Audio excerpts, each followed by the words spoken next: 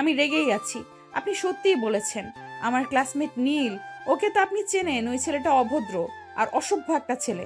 আমি ওর বিরুদ্ধে কমপ্লেন করতে এসেছি। আরে, এসব তুমি কি বলছো নীল? কখনো অসভ্য আর অভদ্র হতেই পারে না। নীল যথেষ্ট ভদ্র একটা ছেলে। ভার্সিটি ক্যাম্পাসে তার যথেষ্ট সুনাম রয়েছে। কলেজের স্টুডেন্টদের মধ্যে কেউ এখনো নীলের বিরুদ্ধে কোনো অভিযোগ করেনি। আর তুমি কিনা বলছো নীল অসভ্য? এমনটা হতেই পারে না। তুমি হয়তো ভুল কিছু দেখেছো বা ভুল কিছু শুনেছো। স্যার, আমি ভুল কেন দেখতে যাব? আর ভুল কেনই বা শুনতে যাব? আমি আমার নিজের সঙ্গে ঘটে যাওয়া ঘটনাটার কথা বলছি। নীল আমার সঙ্গে অভদ্রতা করেছে, তাই আমি আপনার কাছে ওর নামে কমপ্লেন করতে এসেছি। সে আমাকে প্রেমের প্রস্তাব দিতে চায়। নেহার এই কথা শুনে প্রিন্সিপাল স্যার মুখ নিচু করে মুচকি মুচকি হাসছিলেন আর নেহাকে বললেন, সে তোমাকে প্রেমের প্রস্তাব দিতে চায়, এটা তো খারাপ কিছু নয়। সুন্দর জিনিসের প্রতি সবার আকর্ষণ থাকে, এটাই স্বাভাবিক। আর লোহার কাছে চুম্বককে রাখতে হলে লোহা সেটাকে আকর্ষণ করবে, এটাও স্বাভাবিক। তাই আমি মনে করি নীল তোমাকে প্রেমের প্রস্তাব দেওয়াতে সেরকম কোনো অপরাধ হয়নি। স্যার, আপনি কিন্তু আমার বাবার ক্ষমতা সম্পর্কে ভুলে যাবেন না। আমার বাবা এই এলাকার চেয়ারম্যান। আমি চাইলেই কিন্তু আপনাকে এই এলাকা থেকে সরিয়ে দিতে পারি। তাই আপনার যা বলার চিন্তা ভাবনা করেই বলবেন। হ্যাঁ, আমি খুব ভালো করে জানি তোমার বাবা এই এলাকার চলমান চেয়ারম্যান। তাই তোমরা চাইলে যা ইচ্ছা তাই করতে পারো। কিন্তু একটা কথা ভুলে যেও না নীল, নীল কিন্তু ফেলে দেওয়ার মতো ছেলে নয়। তার বাবারও কিন্তু যথেষ্ট অর্থ সম্পদ আর ক্ষমতা রয়েছে। সেও কিন্তু চাইলে ক্ষমতার বড়াই দেখাতে পারে। কিন্তু সে ভার্সিটিতে এসে আর পাঁচটা সাধারণ ছেলেমেয়ের মতোই চলাফেরা করে। আশা করব তুমি এই বিষয়টা মাথায় রাখবে। ও আচ্ছা, বুঝতে পেরেছি। এইভাবে কাজ হবে না। তাহলে বিষয়টা আমার বাবার কান পর্যন্ত পৌঁছাতে হবে। আপনি কোনো চিন্তা করবেন না, আমি আজকের মধ্যে এই বিষয়টা আমার বাবার কান পর্যন্ত পৌঁছে দেব। আর তারপর দেখব আপনি ওই ছেলেটাকে কিভাবে আমার বাবার হাত থেকে বাঁচাতে পারেন। সেই তুমি করতেই পারো। তোমার বাবার যেহেতু ক্ষমতা আছে, সেই ক্ষমতাকে তুমি অপব্যবহার করবে, এরকমটা কিন্তু হতে পারে না। আমি জানি তুমি যেমন বদরাগী আর অহংকারী, তোমার বাবাও ঠিক তেমন অহংকারী। মাটিতে পা পড়ে না। এটা ইউনিভার্সিটির, এখানে সবাই সমান। আমি এক চোখে তেল আর এক চোখে নুন বিক্রি করতে পারবো না। নেহা তখন খুব ভালোভাবেই বুঝতে পারল প্রিন্সিপাল স্যারের সঙ্গে এই ব্যাপারে কথা বলে কোনো লাভ হবে না। তাই সে প্রিন্সিপাল স্যারের কেবিন থেকে বের হয়ে ক্যাম্পাসে চলে গেল। সেখানে যেতেই তার বান্ধবীরা তাকে ঘিরে ধরল আর প্রিন্সিপাল স্যারের কাছে যাওয়ার কারণ জানতে চাইলে তখন সে তার বান্ধবীদেরকে এসব কথা বলে কথা শুনে তার বান্ধবী তাকে বলে, হাসন, সব সময় তুই এরকম বিষয় নিয়ে কেন ঝামেলা করিস বলতো? লাইফটাকে যদি এখন এনজয় না করি তাহলে কখন এনজয় করব? এই তো সময়, এখনই জীবনের পুরোটা উপভোগ করতে হবে। মানে ওই আমাকে কি বলতে চাইছিস? ওই ছেলেটা যা করছে সবই ঠিক, তার প্রেমের প্রস্তাবে আমি রাজি হয়ে যাই? একদমই তাই। এই তো, তুই বুঝতে পেরেছিস। তুই যার সঙ্গেই প্রেম করতে রাজি হয়ে যাস না কেন, জীবনটাকে উপভোগ করার জন্যই। জীবনটাকে তেজপাতা বানিয়ে ফেলিস না, একটু রসকস রাখ। শোন, তোর যদি এতই প্রেম করার ইচ্ছে থাকে, তাহলে তুই নিজে প্রেম করছিস না কেন? আমাকে কেন বলছিস? তুই খুব ভালো করেই জানিস আমি ইতিমধ্যে একটা রিলেশন কন্টিনিউ করছি। আমি যদি সত্যিই রিলেশনে না থাকতাম তাহলে নীলের প্রেমের প্রস্তাবে আমি রাজি হয়ে যেতাম। কারণ Neel is so beautiful, so cute, so handsome. তার মতো একটা ছেলেকে নিজের হাজবেন্ড হিসেবে পাওয়া তো ভাগ্যের ব্যাপার। তারপর আবার বড়লোক বাবার একমাত্র আদরের ছেলে, তাকে পটাতে পারলেই কোটি কোটি টাকা নিজের আয়ত্তে। তাহলে তুই কেন এটা বুঝতে পারছিস না? শোন রিয়া, তুই যদি আর একটা বারো ওর হয়ে ওকালতি করতে আসিস, তাহলে কিন্তু আমি ভুলে যাব তুই আমার বন্ধু হোস। আমি কখনোই বড়লোকের বাবার বিগড়ে যাওয়া ছেলেকে বিয়ে করব না। প্রেম তো অনেক দূরের কথা। আশা করব তুই বিষয়টা বুঝতে পেরেছিস, আর কখনো আমাকে এই ব্যাপারে কিছুই বলবি না। ওকে, তোর যা ভালো মনে হয় তুই তাই কর। আমি তোকে এ ব্যাপারে কিছুই বলবো না, কারণ আমি খুব ভালো করেই জানি তোর মনে শুধু অহংকার আর হিংসায় ভরপুর। তোকে আমি ভালো কোনো কথা বলি সেটা তুই শুনবি না, তাই আমি মনে করি তোকে কোনো কথা না বলার ভালো। কোনো প্রয়োজন নেই। তোর যেটা ভালো মনে হয় তুই সেটাই কর। হায়, তুই একদম সঠিক বুঝতে পেরেছিস। আমাকে এসব ফালতু কথা বুঝি কোনো লাভ নেই। তোর এসব ফালতু কথাগুলো তোর অন্য কোনো বন্ধু বা কোনো বান্ধবীর জন্য রেখে দে। এগুলো আমি তোদের জন্য কাজে লাগবে। আমি আসি এখন। এই কথা বলে নেহা সেখান থেকে চলে গেল। আর সেদিন বিকেল বেলা বাড়িতে এসে তার আব্বুর সঙ্গে সবকিছু খুলে পড়ল। এত বড় সাহস ছেলেটার, কে এই ছেলে আর কি তার পরিচয় সেসব আমার জানার কোনো প্রয়োজন নেই। এই ছেলের ব্যবস্থা আমি করেই ছাড়বো। এত বড় দুঃসাহস কোথায় পেয়েছে আমার মেয়েকে প্রেমের প্রস্তাব দেওয়ার? হ্যাঁ আব্বু, ওই ছেলেটার খুবই দুঃসাহস। তাই তুমি ওকে দেখিয়ে দিবে তোমার ক্ষমতা কতটা। তুমি কোনো চিন্তা করো না, আমি দেখছি বিষয়টা। কার এত বড় সাহস যে কিনা ইউনিভার্সিটিতে গিয়ে আমার মেয়েকে প্রেমের প্রস্তাব দেওয়ার সাহস দেখায়, তাকে তো আমি আজ তো ছেড়ে দেব না। তার কলেজেটা ভুনা করে খেয়ে নেব। সে যত বড় বাপের ছেলেই হোক না কেন, সে ব্যাপারে আমার কোনো বিন্দুমাত্র মাথা ব্যথা নেই। নেহা তখন তার বাবার সঙ্গে নীলের বিরুদ্ধে আরো অনেক কিছু মিথ্যে কথা বলে সেখান থেকে চলে আসে। পরের দিন সকালবেলা যখন নীল ইউনিভার্সিটি যাওয়ার জন্য বাসা থেকে মোটর সাইকেল নিয়ে বের হয়, তখনই রাস্তায় কিছু লোক তার পথ আগলে দাঁড়ায়। নীল কিছু বুঝতে না পেরে বাইক থেকে নামে আর ওদের জিজ্ঞাসা করে, কি ব্যাপার, কে আপনারা? আর এভাবে আমার পথ আগলে দাঁড়িয়ে আছেন কেন? পথ থেকে ধরুন, আমার ইউনিভার্সিটি টাইম হয়ে গেছে, আমাকে যেতে হবে। আমরা যদি ভুল না করে থাকি তাহলে তুই সেই ছেলে যে নেহা ম্যাডামকে প্রতিদিন বিরক্ত করিস, তাই তোর সঙ্গে একটু বোঝাপড়া করতে আসলাম। ও তাই নাকি? শোন, তোদের নেহা ম্যাডাম কি হিজড়া নাকি যে আমার মতো এত ভালো একটা ছেলের প্রেমের প্রস্তাব সে অ্যাকসেপ্ট করতে পারছে না? সে কি সারা জীবন একা একাই থাকবে নাকি? এই ভদ্রভাবে কথা বল, তুই ভুলে যাস না তুই কোথায় দাঁড়িয়ে আছিস। আমরা চাইলে কিন্তু এখান থেকে তোর হাড়গুলো গুঁড়ো করে হসপিটালে পাঠিয়ে দিতে পারি। যদিও আমাদেরকে সেই রকম অর্ডার দেওয়া হয়েছে, কিন্তু আমাদেরও তো একটু দয়া মায়া আছে, তাই তোকে শেষবারের মতো সুযোগ দিচ্ছি। আজকের পর থেকে নেহা ম্যাডামকে কখনোই বিরক্ত করবি না। আচ্ছা ঠিক আছে, তোরা এখন যেতে পারিস। আমি এই বিষয়টা ভেবে দেখব। আমি আমার ভালোবাসাকে নিজের করে নেব নাকি ছেড়ে দেব। যদি মনে হয় ভালোবাসাকে ছেড়ে দেওয়া উচিত তাহলে ছেড়ে দেব। আর যদি মনে হয় নিজের ভালোবাসাকে নিজের করেই রাখা উচিত তাহলে যা করতে হয় তাই করব। তোর যা ভালো মনে হয় তাই করিস, কিন্তু শেষবারের মতো বলে দিচ্ছি, তোকে ছাড়া নেহা ম্যাডামের আশেপাশে কোনোদিন দেখা না যায়। তোর ছায়াও যেন নেহা ম্যাডামের আশেপাশে কোনোদিন দেখা না যায়। আর যত দ্রুত সম্ভব এই ইউনিভার্সিটি ছেড়ে চলে যা, এটাই তোর জন্য বেটার হবে। কারণ তুই জানিস না নেহা ম্যাডাম আর তার বাবার সম্পর্কে। শোন, বউ হলো ভালোবাসার জিনিস। বউকে ভালোবাসা দিলে সব কিছুই পাওয়া যায়। আর শ্বশুরবাড়ির মানুষজন দিয়ে কি করি? আমার বউ যদি ভালো হয় তাহলে শ্বশুরবাড়ির কোনো প্রয়োজন আমার নেই। এই বলে নীল সেখান থেকে বাইক স্টার্ট করে সোজা ইউনিভার্সিটিতে চলে আসলো। ভার্সিটি আসতেই সে দেখতে পেল নেহা ভার্সিটির ক্যাম্পাসের এক কোণে চুপচাপ বসে আছে। তখনই নীল সেখানে গিয়ে তার সামনে দাঁড়ালো আর বলল, hi sweetheart, how are you? তুই এখানে আসলে কি করে? রাস্তায় কি কারোর সঙ্গে দেখা হয়নি? হ্যাঁ, আমার লক্ষ্মী হবু বউটা দেখা হয়েছিল তোমার সাঙ্গপাঙ্গদের সঙ্গে।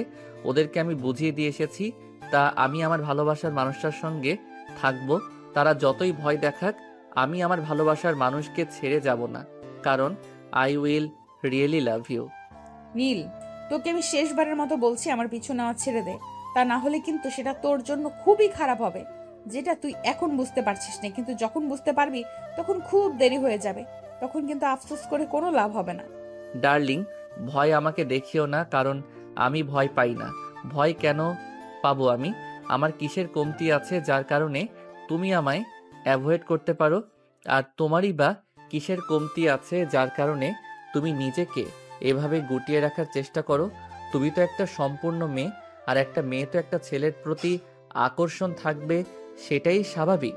কিন্তু তোমার ক্ষেত্রে তা কেন নয়? তুই আমার চোখের সামনে থেকে যাবি নাকি যাবি না সেটাই আমাকে বল। আমার কিন্তু এখন মেজাজ একদমই খারাপ হয়ে যাচ্ছে। আরে ডার্লিং, সকালবেলা ভার্সিটিতে এসে তোমাকে একা একা দেখতে এলাম, তাই তো তোমার সঙ্গে একটু রঙ্গ রসের আলাপ করতে এলাম। আর এখন কিনা তুমি আমাকে মেজাজ দেখাচ্ছ? হবু জামাইকে কেউ এভাবে মেজাজ দেখায়? নীলের এরকম কথাগুলো নেহা নিতে পারছিল না, কারণ সে শর্ট টেম্পারেচারের। মানে অল্পতে রেগে যায়। তাকে কেউ স্বাভাবিক কোনো একটা কথা বললেও তার মেজাজ খুব বেশি গরম হয়ে যায়। তাই সে সেখান থেকে উঠে দাঁড়ায় আর নীলের গালে ঠাস ঠাস করে কয়েকটা চড় মেরে বলল, এই, তোর কি লজ্জা বলতে জিনিসটাই নেই নাকি? তোকে আমি কতবার বলছি তুই আমার চোখের সামনে দাঁড়াবি না, আমি তোকে সহ্য করতে পারি না। তুই কেন বুঝতে পারছিস না? তোকে কোন মাটি দিয়ে তৈরি করে দিচ্ছে যেখানে লজ্জার ছিটে ফোঁটা পর্যন্ত নেই? তোমাকে যেই মাটি দিয়ে তৈরি করেছে, আমাকেও আল্লাহ পাকের রাব্বুল আলামিন সেই মাটি দিয়ে তৈরি করেছে। কারণ তুমি রাগী আর আমি তোমার ভালোবাসার কাঙালি। তোমায় ভালোবাসি প্রিয়সী। কেন তুমি বুঝতে পারো না তোমায় খুব ভালোবাসতে চাই? এই বলে নীল তখনই হুট করে নেহার গালে একটা কিস বসিয়ে দিল। নেহা তোর আগে একদম গজগজ করতে থাকলো। সে কি করবে কিছুই ভেবে পাচ্ছে না। তার আগে যেন নিজের চুল নিজেই ছিঁড়তে ইচ্ছে করছে। তাই সে নীলকে বলে, আমি বুঝতে পেরেছি, এইভাবে কাজ হবে না। তুই আমার পিছু নেওয়া ছাড়বি না।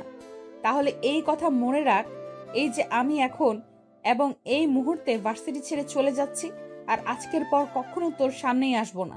তখন আমি দেখব তুই কি করে আমায় বিরক্ত করতে পারিস। আমি আজকে অন্য কোথাও চলে যাওয়ার ব্যবস্থা করছি।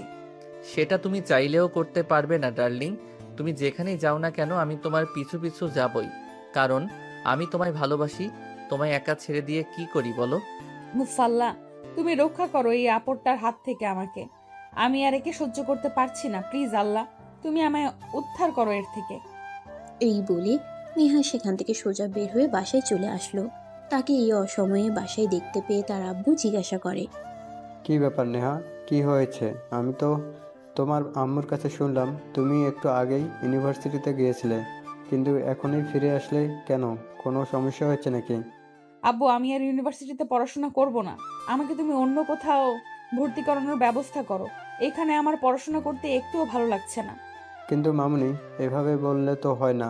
এখন বছরের মাঝামাঝি সময়, এখন তো কোনো ইউনিভার্সিটিতে ভর্তি নেবে না। তাই এই কয়টা দিন তোমার এই ইউনিভার্সিটিতেই পড়াশোনা করতে হবে, তারপর যা হয় দেখা যাবে। উফ আল্লাহ, আমি আর সহ্য করতে পারছি না। আচ্ছা ঠিক আছে, তাহলে তুমি প্রিন্সিপাল স্যারের সাথে কথা বলো আর আমাকে বাড়িতে রেখে পড়াশোনা করানোর ব্যবস্থা করো। কারণ আমি আর এই ইউনিভার্সিটিতে কোনোভাবেই যাব না। এখানে গেলেই নীল সারাক্ষণ আমাকে বিরক্ত করবে, আর এগুলো আমি সহ্য করতে পারছি না। আচ্ছা ঠিক আছে, কোনো সমস্যা নেই।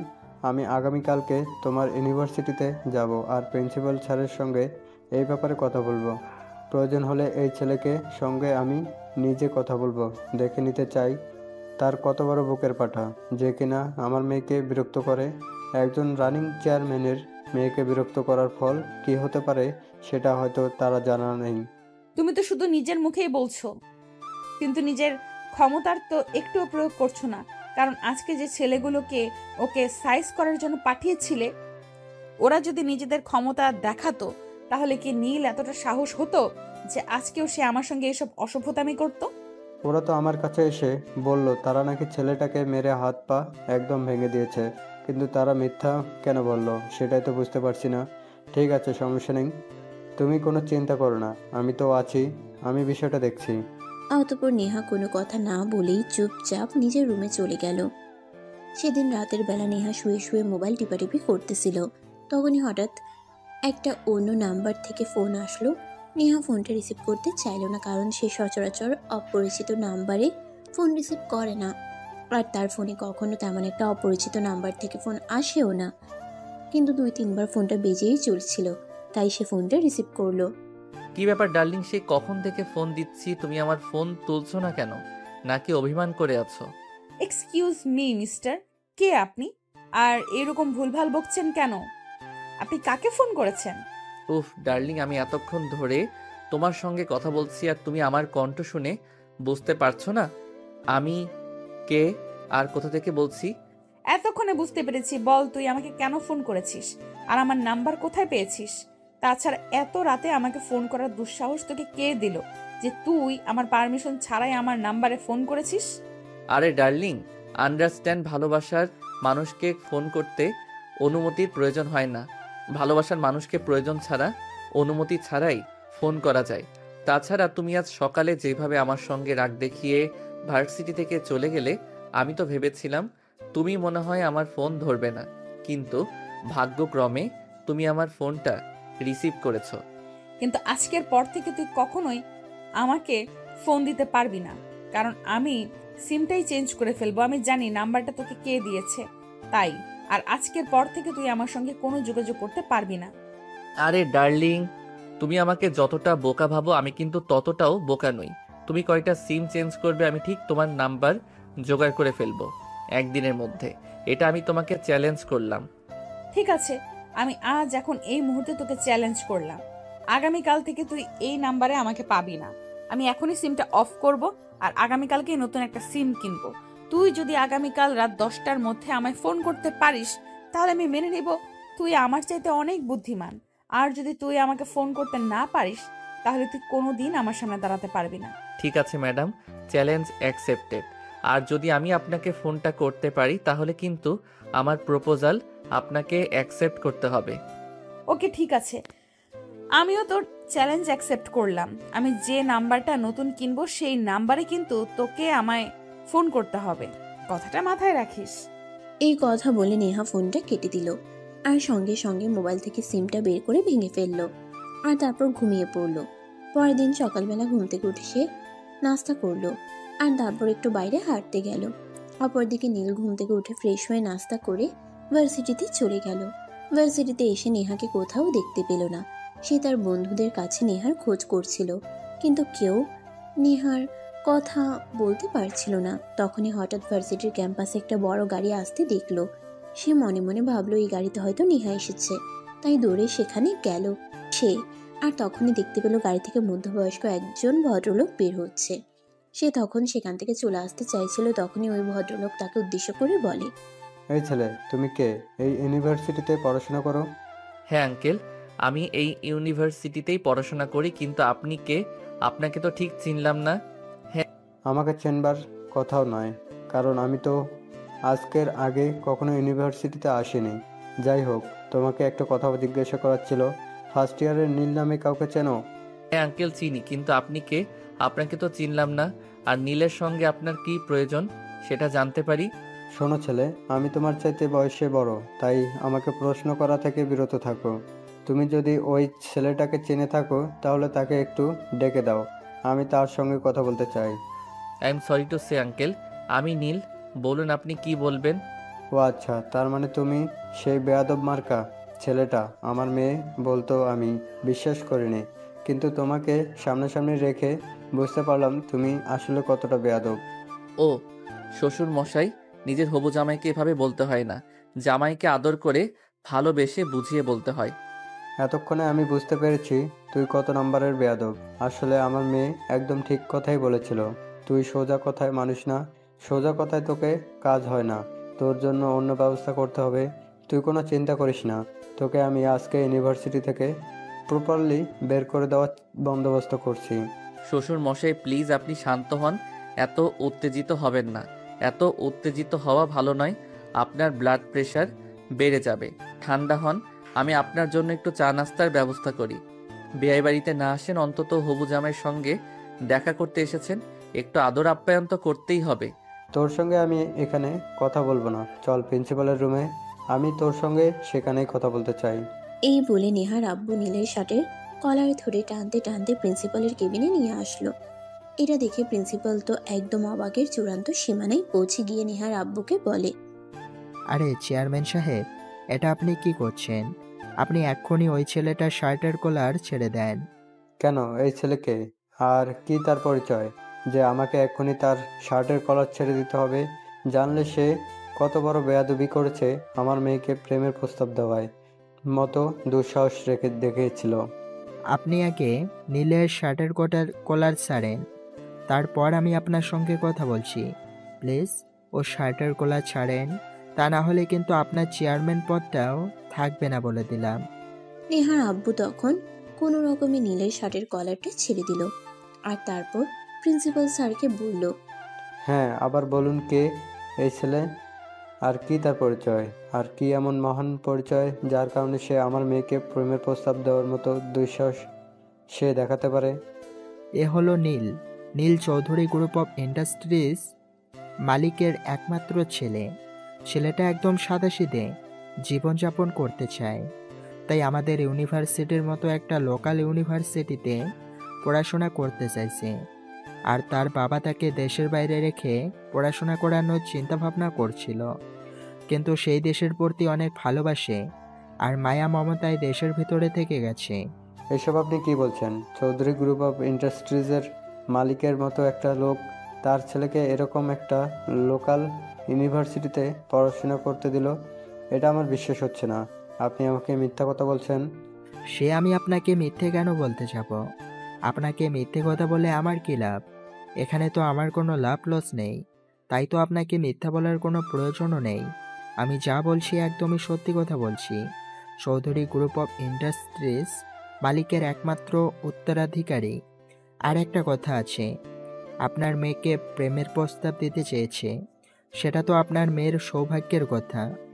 মেয়ের সঙ্গে কথা না বলে এখানে চলে এসেছেন আমার ইউনিভার্সিটিতে।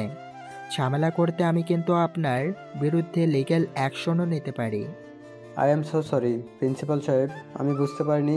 যাই হোক, আমি আপনার সঙ্গে অন্য ব্যাপারে কথা বলতে চাই।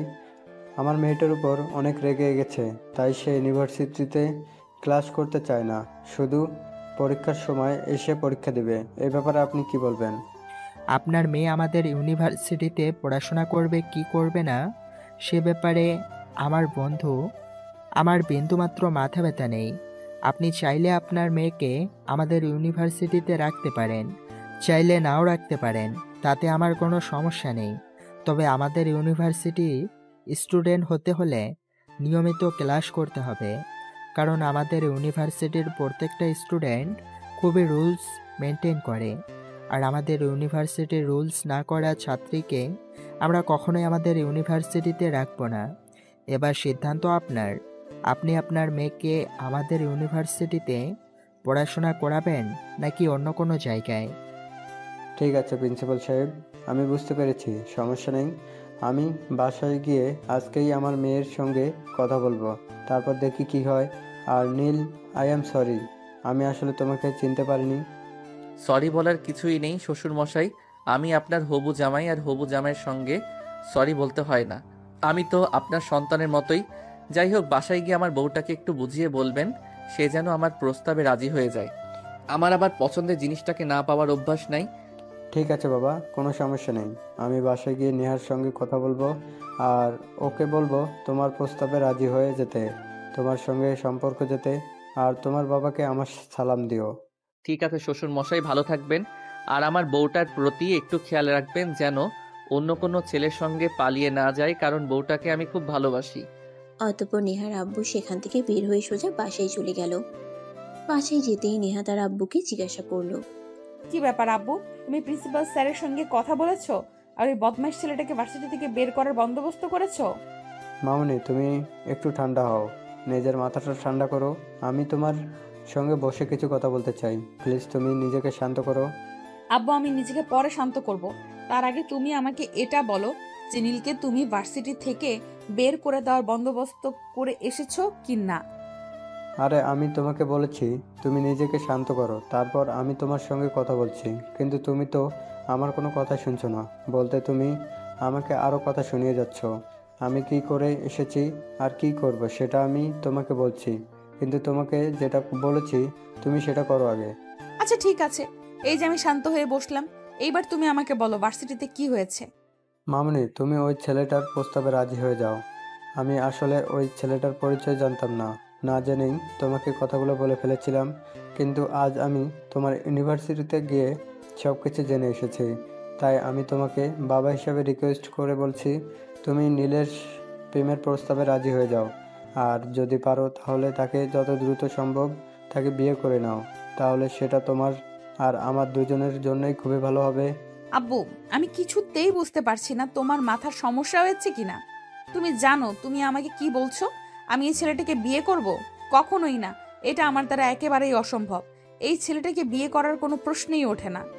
এইরকম অভদ্র, অসভ্য, ইতর, বদমাইশ মার্কা ছেলেকে আমি কেন, পৃথিবীর কোনো মেয়ে বিয়ে করবে বলে আমার মনে হয় না। তুমি নীলের সম্পর্কে কোনো কিছু জানো না বলেই এমন কিছু বলছো, কিন্তু তুমি কি জানো নীল চৌধুরী গ্রুপ অব ইন্ডাস্ট্রিজের মালিকের একমাত্র ছেলে। আমি আজকেই তার পরিচয় জানতে পেরেছি, তাই আমি তোমাকে বাবা হিসেবে রিকোয়েস্ট করে বলছি তুমি তাকে অ্যাকসেপ্ট করে নাও। তোমার কি মাথা খারাপ হয়ে গেছে? আমি এই ছেলেটাকে একসেপ্ট করব? কখনোই না। আমি আমার মতো একটা ছেলেকে বিয়ে করব, আর প্রয়োজন হলে অন্য চিন্তা ভাবনা করব, কিন্তু এই ছেলেটাকে আমি কোনোদিনই বিয়ে করব না। এই বলে নেহা তার আব্বুকে কোনো কথা বলার সুযোগ না দিয়ে সেখান থেকে চলে গেল। নেহার আব্বু ড্রয়িং রুমে বসে বসে চিন্তা করছিল যেভাবেই হোক মেয়েকে এই ছেলের পিছনে লাগাতেই হবে, কারণ ছেলের বাবার অনেক টাকা পয়সা আছে, এগুলো তো বিয়ের পর তার মেয়ের সম্পত্তি হবে। তাই নেহার বাবা ছিল খুব লোভী একজন মানুষ, তাই তো সে তার মেয়েকে নীলের পেছনে লেলিয়ে দেওয়ার চিন্তা করছিল। অপরদিকে নীল বাসায় ফিরে নেহার আব্বুর নাম্বারে ফোন করলো। আসসালামু আলাইকুম, কি অবস্থা, কেমন আছেন? আর আমার বউটা কেমন আছে? ওয়ালাইকুম সালাম বাবা, এই তো আল্লাহর রহমতে ভালো আছি। আর তোমার বউটাও খুব ভালো আছে, কিন্তু সমস্যা হলো তোমার বউটাকে তোমার দেওয়া প্রস্তাবে রাজি করাতে পারছি না। কি করব বলো? শ্বশুর মশাই, আপনি প্রচেষ্টা চালিয়ে যান, আর আমি তো আছি। বউটাকে তো আমার প্রস্তাবে রাজি হতেই হবে, না হয়ে কোনো উপায় নেই। আর হ্যাঁ, আপনাকে একটা কথা বলি, আপনাকে তো আগামীকাল যেভাবেই হোক আমার বউটাকে ইউনিভার্সিটিতে পাঠিয়ে দেবেন। আমার আবার বউটাকে না দেখলে ভালো লাগে না। ঠিক আছে বাবা, তুমি কোনো চিন্তা করো না, আমি দেখছি কি করা যায়। কাল যেভাবে পারি ওকে আমি ইউনিভার্সিটিতে পাঠানোর ব্যবস্থা করছি। অতঃপর নীল ফোনটা কেটে দিল। এদিকে পরের দিন সকালবেলা তার মোবাইলে অ্যালার্ম দিয়ে ঘুমিয়েছিল, কিন্তু ফোন সাইলেন্ট থাকায় সে শুনতে পেল না, যার কারণে ঘুম থেকে উঠতে দেরি হয়ে গেল। সে ঘুম থেকে উঠে দেখতে পেল সকাল 10টার মধ্যে বাজে। সে নিজের রুম থেকে চিৎকার শুরু করে দিল আর তার মাকে ডাকতে লাগলো। আম্মু, ওই আম্মু, কোথায় তুমি? সকাল 10টা বেজে গেছে, আমাকে ডাক দিলে না কেন? আমার তো ইউনিভার্সিটি যাওয়ার আছে, এখন আমি কখন যাব ইউনিভার্সিটিতে? আরে বাবা, আমি কি জানি তুই ইউনিভার্সিটি যাবি নাকি যাবি না?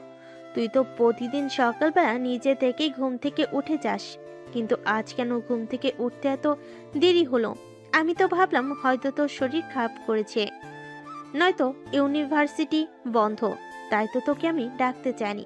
যাই হোক, এখন নিচে আয়, আমিও নাস্তা করিনি, তোকে সঙ্গে নিয়েই নাস্তা করব। আমি নাস্তা করতে পারবো না, আমার সময় নেই। আমাকে এক্ষুনি ইউনিভার্সিটি যেতে হবে। আমি ইউনিভার্সিটি না গেলে যে আমার প্রেয়সীর মুখটা দেখতে পারবো না, প্রেয়সীর মুখটা দেখতে না পারলে যে আমার একটুও ভালো লাগে না। আরে বাবা, তোর প্রেয়সীটা আবার কে? সে আবার কবে আসলো তোর জীবনে? সেটা তো আমি বললি না। তোমাকে বলার মতো সময় পেয়ে উঠিনি, তাই বলা হয়নি। যাই হোক, এখন আমাকে কোনো প্রশ্ন করো না, আমাকে ইউনিভার্সিটি যেতে দাও। বাসায় ফিরে তোমাকে সব বলবো, এখন আমায় বিরক্ত করো না প্লিজ। অতঃপর নীল তার আম্মুকে আর কোনো কথা বলার সুযোগ না দিয়ে বিছানা থেকে নেমে সোজা ওয়াশরুমে চলে গেল। তারপর ফ্রেশ হয়ে এসে নাস্তা না করে বাসা থেকে বের হয়ে সোজা ইউনিভার্সিটি চলে গেল। ইউনিভার্সিটি এসে দেখতে পেল ক্লাস অলরেডি শুরু হয়ে গেছে। অপরদিকে নেহা কিন্তু অনেকক্ষণ আগেই ইউনিভার্সিটি চলে এসেছিল তার বাবার চাপে পড়ে। তার বাবা তাকে অনেক করে বুঝিয়েছিল আজ তাকে ইউনিভার্সিটি আসতেই হবে, তাই তো সে আসলো। আর ইউনিভার্সিটি এসে যখন নীলকে দেখতে না পেল তখন সে মনে মনে খুবই খুশি হলো। সে ভেবেছিল নীল হয়তো ইউনিভার্সিটিতে আসবে না, কিন্তু তার সেই আশায় জল ঢেলে দিয়ে তখনই নীল ক্লাসরুমে প্রবেশ করলো। কি ব্যাপার ডার্লিং, আমার শ্বশুরমশাই দেখি তোমাকে সত্যি সত্যি ইউনিভার্সিটি পাঠিয়ে দিল। তুমি কখন আসলে? আমি তো ভেবেছিলাম তুমি ইউনিভার্সিটিতে আসোনি, আমাকে বিরক্ত করতে আবার চলে এসেছো। কি করব প্রিয়সীটা, বলো আমায়। আমি যে তোমাকে ছাড়া থাকতে পারি না, তোমায় না দেখলে আমার একটু ভালো লাগে না। তোমাকে না দেখলে আমার চোখের সামনে কি যেন একটা নাই নাই মনে হয়। খুব ভালোবেসে ফেলেছি যে তোমায়, আমার জীবনে তুমি না থাকলে যে কিছুই নেই। এই শোনো, তোমার এসব আজাইরা ভাষণ শুনতে আমার একদম ভালো লাগে না, তাই দয়া করে এসব আজাইরা ভাষণ আমার সামনে দিবে না। এটি ইউনিভার্সিটি, এখানে সবাই পড়াশোনা করতে আসে, তাই দয়া করে পড়াশোনায় মনোযোগ দাও, তাহলে পরীক্ষার রেজাল্ট ভালো করবে। আর আমাকেও পড়াশোনা করতে দাও, কারণ তুমি এখানে প্রেম করতে আসলেও আমি পড়ালেখা করতে এসেছি। আরে ডার্লিং, এভাবে বলতে হয় না। আমি কি কখনো বলেছি যে তুমি এখানে পড়াশোনা করতে আসোনি? এখানে সবাই পড়াশোনা করতে আসে, কিন্তু পড়াশোনার ফাঁকে নিজের মনটাকেও তো একটু ভালো রাখা প্রয়োজন। আর ভালো রাখার জন্য ভালোবাসাটা খুবই প্রয়োজন। আমি তোমায় ভালোবাসি প্রিয়সী। তুমি এইভাবে আমায় ডিস্টার্ব করছো, সেটা কিন্তু এখনই আমি ক্লাস টিচারকে জানিয়ে দেব। ক্লাস করার সময় কোনো মেয়েকে ডিস্টার্ব করা একদমই কিন্তু ঠিক নয়। তুমি কি চাও আমি ক্লাস টিচারকে নোটিস করি? যেখানে প্রিন্সিপাল স্যারের কাছে নোটিশ করে কোনো লাভ হলো না, সেখানে কি না তুমি ক্লাস টিচারের কাছে আমার নামে নোটিশ করতে চাইছো? ক্লাস টিচার কি আমার বিচার করবে নাকি আমায় কিছু বলবে? কিছুই লাভ হবে না। উল্টে ক্লাসের সবাই তোমার আমার সম্পর্কের বিষয়টা জেনে যাবে। সেটা কি খুব ভালো হবে? তুমি নিজেই চিন্তা করো। ও নীল, তোমার কি একবারও মনে হচ্ছে না যা করছো একদম বেশি বেশি করে ফেলছো? এটা কিন্তু করা একদমই উচিত হচ্ছে না। ডার্লিং, তুমি কেন এমন করছো? কেন আমায় বুঝতে পারছো না? প্লিজ ডার্লিং, একটু তোমার হাতটা ধরতে দাও। তোমার হাতটা কিন্তু সেই নরম, আমার কিন্তু খুব ভালো লাগে। নেহা তখন নীলের কথার কোনো উত্তর না দিয়ে নিজের বইপত্র হাতে নিয়ে ক্লাসরুম থেকে বের হয়ে সোজা ক্লাসের বাইরে চলে গেল। ক্লাস টিচার বিষয়টা দেখতে পেয়েও না দেখার ভান করে রইল, কারণ ক্লাস টিচার বিষয়টা জানতো, তাই তিনি চেপে গেলেন। অপরদিকে ক্লাস শেষ হলে নীল ভার্সিটির ক্যাম্পাসে আসলো আর নেহাকে বলল, কি ব্যাপার ডার্লিং, এভাবে ক্লাসরুম থেকে চলে আসলে কেন? এই নাও ক্লাসের নোটগুলো, ঠিক মতো পড়াশোনা করো। তোমাকে কিন্তু ভালো রেজাল্ট করতে হবে। তুমি চৌধুরী বাড়ির হবু বৌমা বলে কথা। ভালো রেজাল্ট না করলে কিন্তু আবার আমার বাবার মান ইজ্জত থাকবে না। তোর 14 গোষ্ঠীর মানিজ্যতের খেতায় আগুন, তুই কি ভেবেছিস আমি তোর গোষ্ঠীর মানিজ্যত নিয়ে চিন্তা করছি? তুই আমার চোখের সামনে থেকে দূর হয়ে যা। তোকে আমি সহ্য করতে পারি না, তারপরও কেন তুই আমায় বারবার বিরক্ত করিস? ওই যে ডার্লিং, তুমি আমাকে মেনে না নিলেও আমার শ্বশুর মশাই কিন্তু আমাকে মেনে নিয়েছে। তিনি কিন্তু আমাকে তোমাদের বাড়িতে ইনভাইট করেছে। আজ রাতে কিন্তু আমি আসছি। একদম না। তুই যদি আমাদের বাড়িতে আসিস তাহলে কিন্তু আমি তোর মাথা ফাটিয়ে ফেলবো, তোকে খুন করতে পারি, তার কিন্তু কোনো গ্যারান্টি নেই। তুই খুব ভালো করে জানিস আমার মেজাজ খারাপ হয়ে গেলে আমি কি করতে পারি। সে তোমার যা ইচ্ছা তুমি তাই করতে পারো। তুমি যদি নিজে নিজেই বিয়ের আগে বিধবা হতে চাও, তাহলে আমি কেন তোমাকে বাধা দেব? তোমার যা ইচ্ছে তুমি তাই করতে পারো। আমি কোনো ব্যাপারে তোমাকে কোনো বাধা দেব না। তোমার মন চাইলে বিয়েও করতে পারো, তাতেও আমার কোনো আপত্তি নেই। নীলের এসব ইয়ার্কি ফাজলামো কথাবার্তা শুনে মেজাজ ক্রমশ গরম হয়ে যাচ্ছিল। সে আর নিজেকে কোনোভাবেই কন্ট্রোল করতে পারছিল না। তখনই সে নীলের শার্টের কলার চেপে ধরে বলতে লাগলো, দেখ, আমি কিন্তু এক্ষুনি তোর মাথা ফাটিয়ে ফেলবো। আমার মেজাজ কিন্তু খুব গরম হয়ে যাচ্ছে, তুই ভাবতে পারছিস না আমি তোকে ঠিক কি করব। আরে ডার্লিং, উত্তেজিত কেন হচ্ছ? আমি তো তোমাকে বললাম তুমি চাইলে আমায় বিয়ে করতে পারো, আর এখন এই মুহূর্তে চাইলে আমায় একটা কিস করতে পারো। তোমার ওই নরম গোলাপি ঠোঁট দুটোর কিস খেতে আমার খুব ইচ্ছা করছে।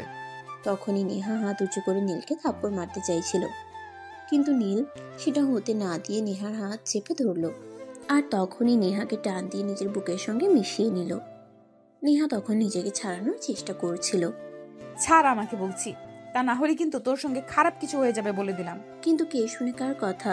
ভার্সিটির ক্যাম্পাসে ছাত্রছাত্রীরা সবাই উপস্থিত ছিল।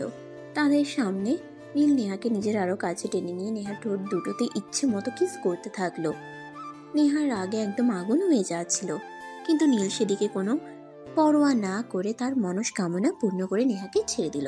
তখনই নেহার রাগে ফুসফুস করতে করতে ভার্সিটি ক্যাম্পাস থেকে বের হয়ে সোজা বাইরে চলে গেল আর ড্রয়িং রুমে এসেই চেঁচামেচি শুরু করলো। কি ব্যাপার, কি হয়েছে নেহা? কি সমস্যা তোমার? তুমি এভাবে চেঁচামেচি করছো কেন? এটা বাড়ি নাকি মাছের বাজার? আমি তো সেটাই বুঝতে পারছি না। তুমি এমনভাবে চেঁচামেচি করছো যেন মাছের বাজার, মাছ বিক্রেতা মাছ বিক্রি করছে। আব্বু, তুমি আজকেই আমাকে দেশের বাইরে পাঠানোর ব্যবস্থা করো। আমি আর এখানে থাকবো না, আমার একটুও ভালো লাগছে না আর এখানে থাকতে। সব কিছু মুখের কথা নাকি? বললেই হয়ে গেল? দেশের বাইরে যেতে হলে মিনিমাম কিছু কাজ করতে হয়, সেগুলো করতে একটু হলেও সময় লাগে। তুমি বললে আর হয়ে গেল, এরকমটা নয়। আমি কোনো কিছু জানি না আর জানতেও চাই না, আর কোনো কিছু জানার প্রয়োজন আছে বলেও আমি মনে করছি না। তোমাকে যেটা বলছি তুমি সেটাই করো। আমাকে আজকে দেশের বাইরে পাঠানোর ব্যবস্থা করো। আমি এখানে আর এক মুহূর্তও থাকবো না। ঠিক আছে, কোনো সমস্যা নেই, আমি দেখছি কি করা যায়। তুমি তোমার নিজের রুমে যাও আর নিজেকে একটু শান্ত করে, আমি বিকেলের মধ্যেই কিছু একটা ব্যবস্থা করছি। নেহা তখন আচ্ছা ঠিক আছে বলে নিজের রুমে চলে গেল আর অপরদিকে নেহার আব্বু তাদের বাড়ির কাজের লোককে ডেকে আনলো আর বলল, শোনো, তুমি এক্ষুনি নেহার খাবারের মধ্যে কড়া ঘুমের ওষুধ মিশিয়ে দাও, যাতে আগামী এক সপ্তাহে নেহার ঘুম না ভাঙে।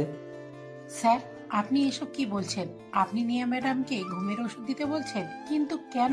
আপনি জানেন ঘুমের ওষুধের শরীরের জন্য কতটা ক্ষতিকর? শোনো, আমি খুব ভালো করেই জানি কোনটা শরীরের জন্য ক্ষতিকর আর কোনটা মনের জন্য ক্ষতিকর, তাই আমাকে কোনো কিছু বোঝাতে এসো না। তোমাকে যেটা বলেছি তুমি সেটাই করো। তুমি এখনই নেহাকে দুপুরে খাবার দিয়ে আসবে আর ওখানেই ঘুমের ওষুধ মিশিয়ে দিবে। আচ্ছা, সব ঠিক আছে, কিন্তু এরকম করার কারণটা কি? আমি কিছুই বুঝতে পারলাম না। পৃথিবীর ইতিহাসে মনে হয় আপনিই প্রথম বাবা যে কিনা নিজের মেয়ের খাবারের মধ্যে ঘুমের ওষুধ মেশাতে বলছেন। তোমাকে আমি অত কিছু চিন্তা করতে বলিনি। তোমাকে যেটা বলেছি তুমি সেটাই করো। তুমি এখনই নেহাকে দুপুরে খাবারের দিয়ে আসো। আর আমি যা করেছি নেহার ভালোর জন্যই করেছি। একটা কথা মনে রেখো, বাবা কিন্তু কখনো সন্তানের খারাপ কিছু করে না। হ্যাঁ স্যার, সেই জন্যই তো আমি খুব বেশি অবাক হচ্ছি। একটা বাবা কখনোই তার সন্তানদের খারাপ চায় না, কিন্তু আপনি কেন আপনার সন্তানকে ঘুমের ওষুধ দিতে চাইছেন? কাজের লোকের কথায় নেহার আব্বু কোনো উত্তর দিল না, সেখান থেকে চলে গেল। আর নেহাকে খুব তাড়াতাড়ি দুপুরের খাবার দিতে বলল। সার্ভেন্ট তখন কিচেন রুমে গিয়ে নেহার দুপুরের খাবার তৈরি করলো আর খাবারের মধ্যে 4টা ঘুমের ওষুধ মিশিয়ে দিল, যাতে নেহা খুব দ্রুত ঘুমিয়ে পড়ে। আর তারপর সেটা নিয়ে নেহার রুমে চলে গেল। ম্যাডাম, আমি আপনার দুপুরে খাবার নিয়ে এসেছি, আমি কি ভেতরে আসবো? হ্যাঁ, ভেতরে এসে খাবারটা দিয়ে যাও। আমার খুব ক্ষুধা পেয়েছে। সকালবেলা তো কিছু খাওয়ার সময় পেলাম না, আর ভার্সিটিতে গিয়েও মন মানসিকতা একদম ভালো ছিল না। এখন খাবার খেতেই হবে, তা না হলে আবার পেট ব্যথা শুরু হয়ে যাবে। হ্যাঁ ম্যাডাম, আর তাই তো আমি আপনার জন্য আজকে আপনার পছন্দের খাবার রান্না করেছি। আপনি তো সর্ষে ইলিশ আর চিংড়ির মালাইকারি খুব পছন্দ করেন। আমি এই দুইটোই আজকে আপনার জন্য রান্না করেছি, খেয়ে কিন্তু রিভিউ দিবেন। এই বলে সার্ভেন্ট নেহার রুমে খাবারগুলো রেখে সেখান থেকে বের হয়ে গেল। অপরদিকে নেহা হাত মুখ ধুয়ে এসে খাবারটা খেয়ে নিল। খাবার খেতেই তার কেমন যেন ঘুম ঘুম লাগছিল আর শরীরটা খুবই ক্লান্ত লাগছিল। তাই সে একটু বিছানায় গিয়ে শুইল। বিছানায় শোয়া মাত্রই সে কখন ঘুমিয়ে পড়লো সেটা বুঝতেই পারল না। অপরদিকে তার ঠিক আধা ঘন্টা পর নেহার আব্বু আবারও তাদের বাড়ির কাজের লোককে ডাক দিল। কি ব্যাপার? তোমাকে যে বলেছিলাম নেহার খাবারের ঘুমের ওষুধ মিশিয়ে দিতে, তুমি কি সেটা করেছো? হ্যাঁ স্যার, আমি তো অনেকক্ষণ আগে নেহা ম্যাডামের খাবারে ঘুমের ওষুধ মিশিয়ে দিয়েছি, ম্যাডামকে দিয়েও এসেছি। এতক্ষণে ম্যাডাম মনে হয় খাবারটা শেষ করে নিয়েছে। ঠিক আছে, তুমি একবার নেহার রুম থেকে দেখে শুনে আর ওষুধে কাজ হয়েছে কিনা। সার্ভেন্ট তখন নেহার রুমে গেল আর সেখানে গিয়ে দেখতে পেল নেহা শুয়ে আছে। নেহা ঘুমিয়ে পড়েছে কিনা সেটা বুঝবার জন্য নেহাকে 2-3 বার ডাক দিল। নেহা কোনো সারা শব্দ করছিল না। সার্ভেন্ট বুঝতে পারলো নেহা ততক্ষণে ঘুমিয়ে গেছে, তাই সে নেহার বাবার রুমে ফিরে আসে আর নেহার বাবাকে বলে, স্যার, ম্যাডাম ঘুমিয়ে পড়েছে, আমি চেক করে দেখে এসেছি। ম্যাডামকে আমি 2 থেকে 3 বার ডাক দিয়েছি, কিন্তু ম্যাডাম কোনো সারা শব্দ করেনি। ঠিক আছে, কোনো সমস্যা নেই। আর এই নাও, এখানে পুরো 10,000 টাকা আছে। আমি যে আমার নিজের মেয়েকে ঘুমের ওষুধ দিয়েছি সেটা আবার তোমাকে দিয়ে, এটা কিন্তু জীবন চলে গেলেও কারো কাছে কোনোদিনও প্রকাশ করবে না। আচ্ছা ঠিক আছে, সবই বুঝলাম, কিন্তু এখন আপনি আমাকে এইটা বলুন যে আপনি এই কাজটা কেন করছেন। শোনো তাহলে, আমার মেয়েকে চৌধুরী গ্রুপ অফ ইন্ডাস্ট্রিজের মালিকের একমাত্র ছেলে নীল পছন্দ করে আর তাকে প্রেমের প্রস্তাব দিয়েছে, কিন্তু আমার মেয়েটা কোনোভাবে রাজি হচ্ছে না। আমার মেয়েটা তো এমন সিদ্ধান্ত নিয়েছে আমি যেন তাকে দেশের বাইরে কোথাও পাঠিয়ে দেই এই ছেলেটার সঙ্গে সম্পর্ক না করার জন্য। কিন্তু আমি তো চাই আমার মেয়েটা ওই ছেলেটার সঙ্গে সম্পর্ক করুক, আর যেভাবেই পারুক ওই ছেলেটাকে বিয়ে করে নিক। কিন্তু তুমি তো জানো না আমার মেয়েটা কত অহংকারী আর রাগী। তাই আমার মেয়েটাকে একটু শান্ত রাখার জন্য আমাকে এই পথটা অবলম্বন করতে হলো। ঠিক আছে স্যার, আমি বুঝতে পেরেছি, কোনো সমস্যা নেই, আপনি নিশ্চিন্তে থাকুন, কাক পক্ষেও এই ব্যাপারে কিছুই জানবে না।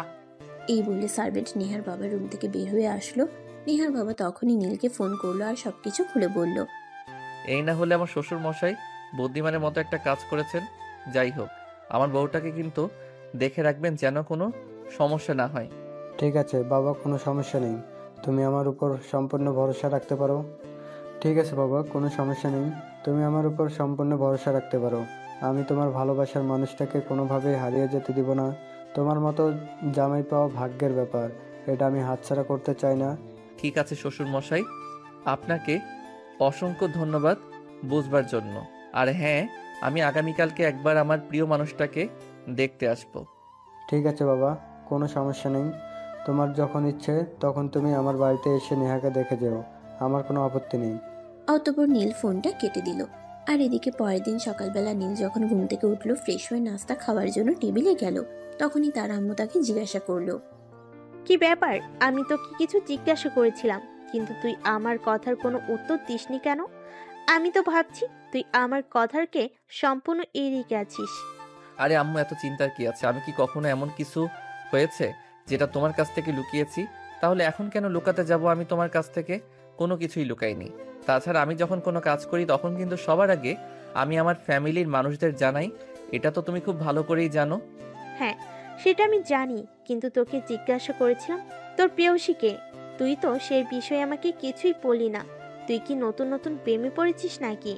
হ্যাঁ, আর মেয়েটাকে আমি খুব ভালোবেসে ফেলেছি। আমি বিয়ে করতে চাই মেয়েটাকে। এটা তো খুবই ভালো খবর।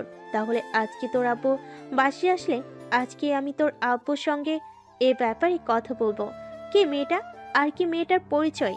মেয়েটার কোনো ছবি আছে তোর কাছে? দেখাতে পারবি আমাকে? মোবাইলটা বের করে তার মোবাইল থেকে নেহার একটা ছবি তার আম্মুকে দেখালো। ছবি দেখে তো তার আম্মু একদম প্রথম দেখাতেই পছন্দ করে ফেললো আর নীলকে বলল, মাশাল্লাহ, একদম পরীর বাচ্চা বলা চলে। আমার ছেলের পছন্দ আছে বলতে হয়, তা না হলে এত সুন্দর মেয়েকে পছন্দ করতে পারলো?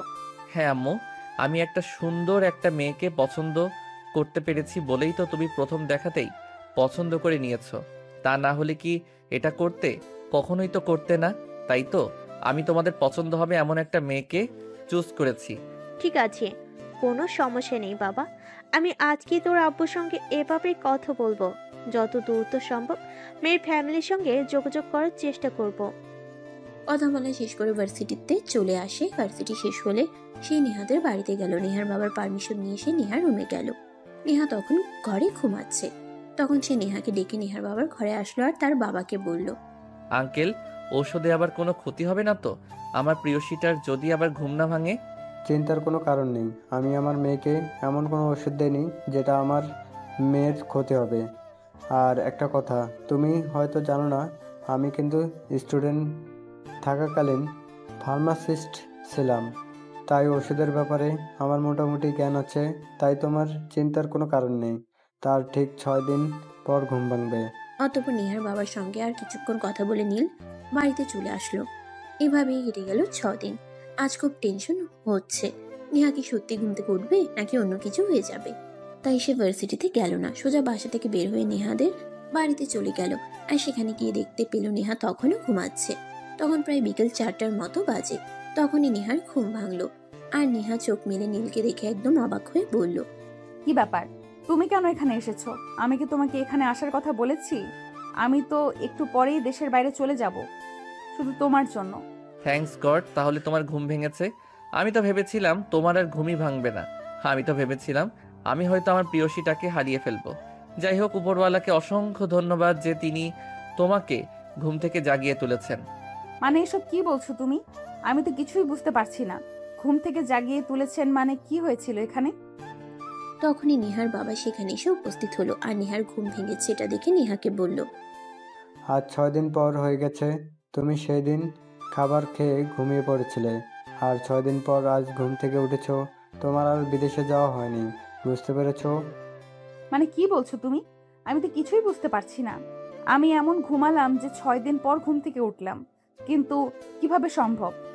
সেটা আমি তো কখনো 5-6 ঘন্টার বেশি ঘুমাতেই পারি না। তাহলে এতটা সময় কি করে কেটে গেল? তোমরা নিশ্চয়ই আমার সঙ্গে উল্টাপাল্টা কিছু করেছো, তাই না? হ্যাঁ, আমরা যেটা করতে বাধ্য হয়েছি, কারণ নীল তোমাকে খুবই ভালোবাসে। কিন্তু তুমি নীলকে কোনো পাত্তা না দিয়ে উল্টে দেশ ছেড়ে চলে যাওয়ার চিন্তা করেছিলে। আমি বাবা হয়ে কিভাবে তোমাকে সেরকমটা করতে দেই? তাই তো আমি বাধ্য হয়ে তোমার খাবারের মধ্যে ঘুমের ওষুধ মিশিয়ে দিয়েছিলাম, যাতে তোমার বিদেশে যাওয়া না হয়। কারণ ভালোবাসা জীবনে একবারে আসে, ভালোবাসা বারবার আসে না। আর সঠিক মানুষকে কখনো অবহেলা করতে নেই। মানে তুমি আমার বাবা হয়ে আমাকে ঘুমের ওষুধ দিয়েছিলে?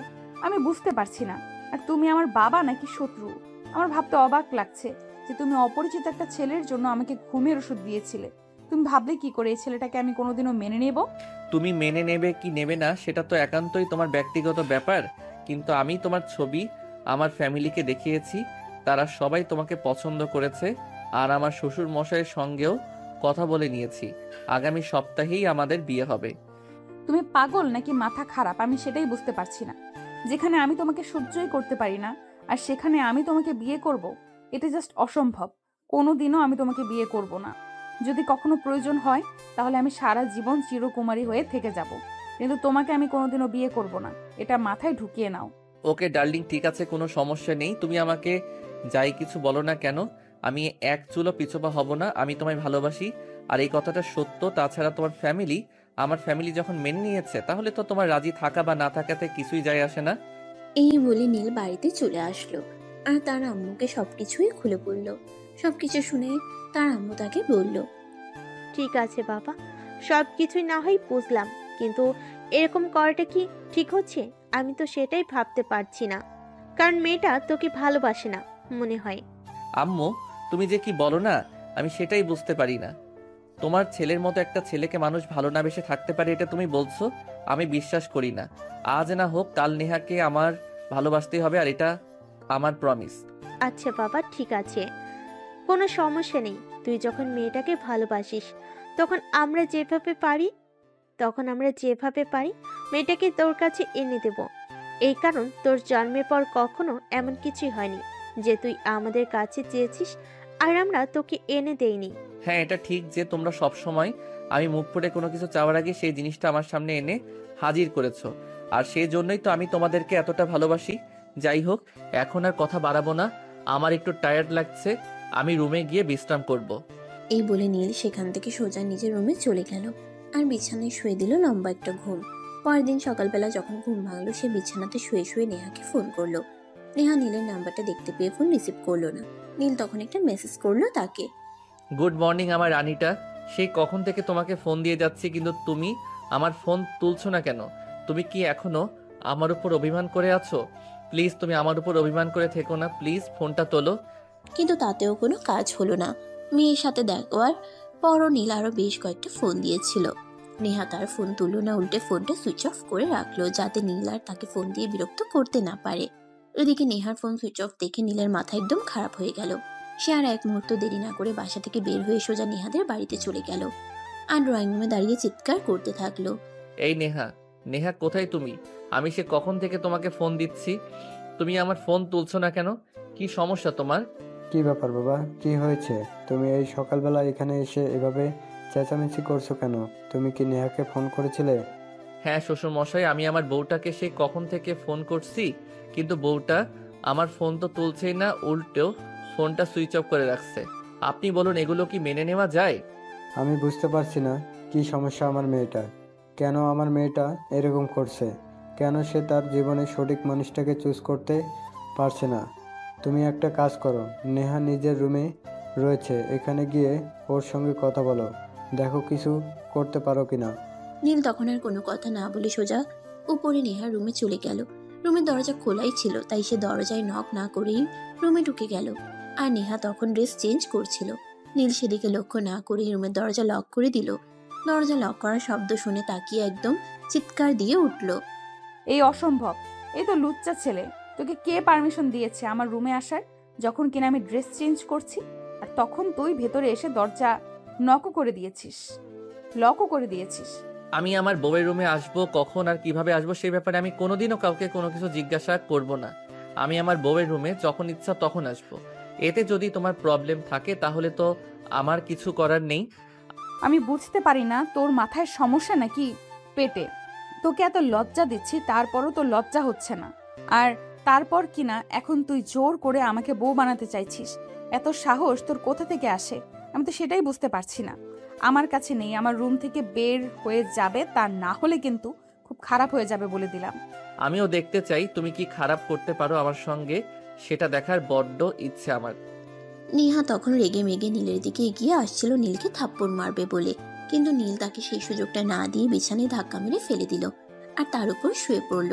নেহা তাকে নিজের উপর থেকে সরানোর জন্য প্রাণপণ চেষ্টা করছে, কিন্তু কোনোভাবেই পেরে উঠছে না। নীল তাকে বিছানার সঙ্গে চেপে ধরলো আর তার ঠোঁট দুটোতে ইচ্ছে মতো কিস করতে থাকলো। আহ, সেই মিষ্টি ঠোঁট দুটো আগে জানলে তো আরো আগে বিয়েটা করে নিতাম। যাই হোক, সমস্যা নেই, কয়েকদিনের মধ্যেই তো বিয়ে করতে চলেছি। তুমি তো তারপর সম্পূর্ণ আমার হয়ে যাবে, তখন তার তোমাকে আদর করতে কোনো বাধা থাকবে না। যাই হোক, ঠোঁট দুটো কিন্তু খুবই মিষ্টি। ততক্ষণে নেহা নীলকে কোনো রকমের ধাক্কা দিয়ে নিজের উপর থেকে সরিয়ে রুম থেকে দৌড়ে বেরিয়ে গেল আর সোজা ছাদে চলে আসলো। নীল তার পিছন পিছন ছাদে আসলো আর সে খেয়াল করে নেহা ছাদের একপাশে দাঁড়িয়ে আকাশ দেখছিল।